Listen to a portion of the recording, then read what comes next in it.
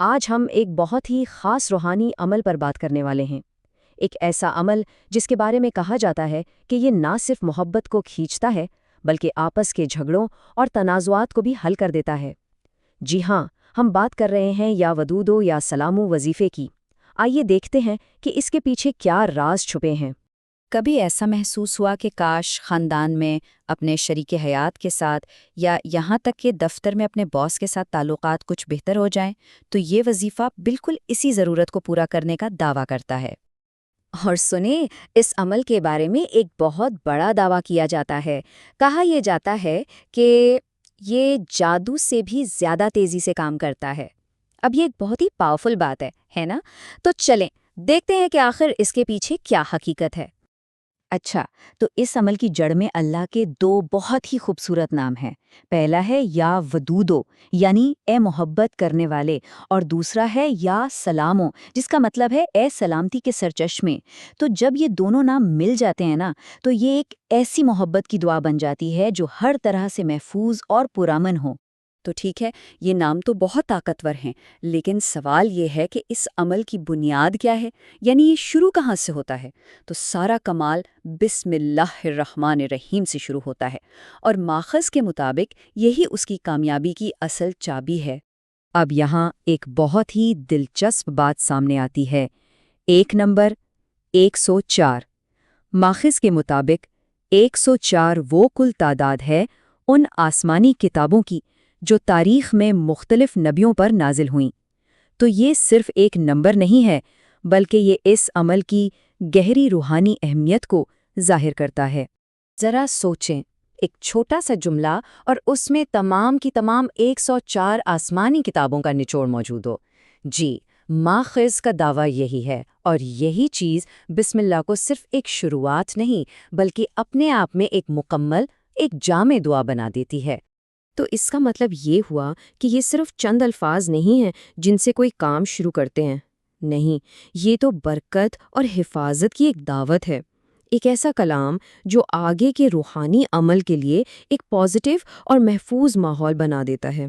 چلیں، اب جب ہم نے بنیاد کو سمجھ لیا ہے تو اب اصل عمل کی طرف چلتے ہیں، یعنی اسے کرنا کیسے ہے۔ اس وظیفے کے مرکز میں 3 بہت اہم سٹیپس ہیں۔ دیکھیں، طریقہ بہت سیدھا سادہ ہے، لیکن اس میں پوری توجہ چاہیے۔ ہر ایک حصے کو 100 بار پڑھنا ہے۔ اس سے ایک میڈیٹیشن جیسی کیفیت بن جاتی ہے۔ سب سے پہلے بنیاد یعنی بسم اللہ، پھر محبت کی دعوت یعنی یا ودودو، اور آخر میں اس محبت کو سلامتی کے حصار میں لینا یعنی یا سلامو۔ اچھا، ایک بات یاد رکھنے والی ہے، یہاں ترتیب یعنی سیکوینس بہت بہت ضروری ہے۔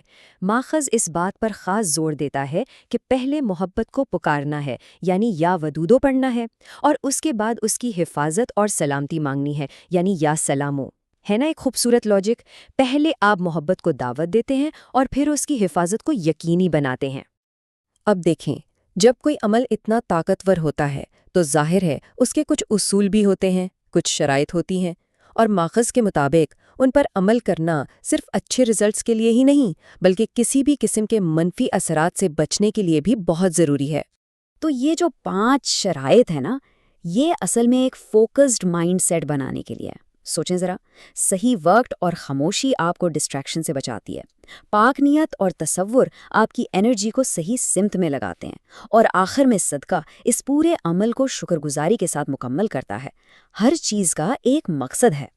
اور یہاں ایک بہت ہی اہم وارننگ بھی ہے۔ ماخذ بالکل واضح کرتا ہے کہ یہ عمل صرف اور صرف جائز رشتوں کے لیے ہے۔ اسے کسی غلط مقصد کے لیے استعمال کرنے کے نتائج نہ صرف روحانی طور پر بلکہ حقیقی دنیا میں بھی بہت منفی ہو سکتے ہیں۔ تو اس بات کا خاص خیال رکھنا ہے۔ ماخذ یہاں ایک اور بڑا اہم فرق بتاتا ہے۔ وہ اس عمل کو جادو ٹونے جیسے فوری حل سے بالکل الگ رکھتا ہے۔ دیکھیں، خیال یہ ہے کہ جو حرام یا ممنوع طریقے ہوتے ہیں نا، وہ شاید تھوڑی دیر کے لیے فائدہ مند لگیں، لیکن آخر میں ان کا انجام نقصان ہی ہوتا ہے۔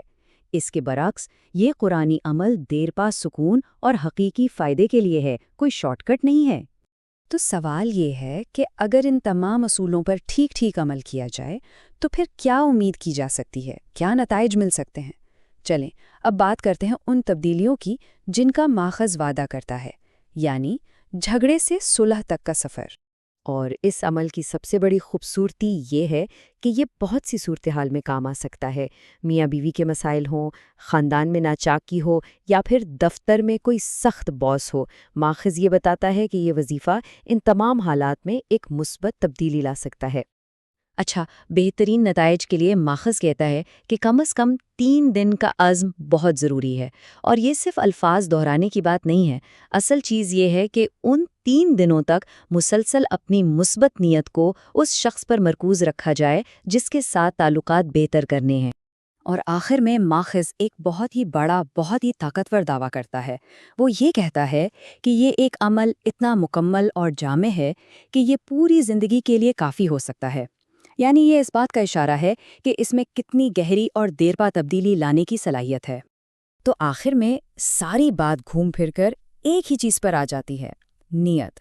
اور یہ ہمیں ایک بہت گہرے سوال کے ساتھ چھوڑ جاتا ہے کہ ہماری نیتیں، چاہے وہ ایسے روحانی اعمال میں ہوں یا ہماری روزمرہ کی زندگی میں، وہ ہمارے نتائج پر، ہماری حقیقت پر کس طرح اثر انداز ہوتی ہیں۔ یہ واقعی ایک سوچنے والی بات ہے۔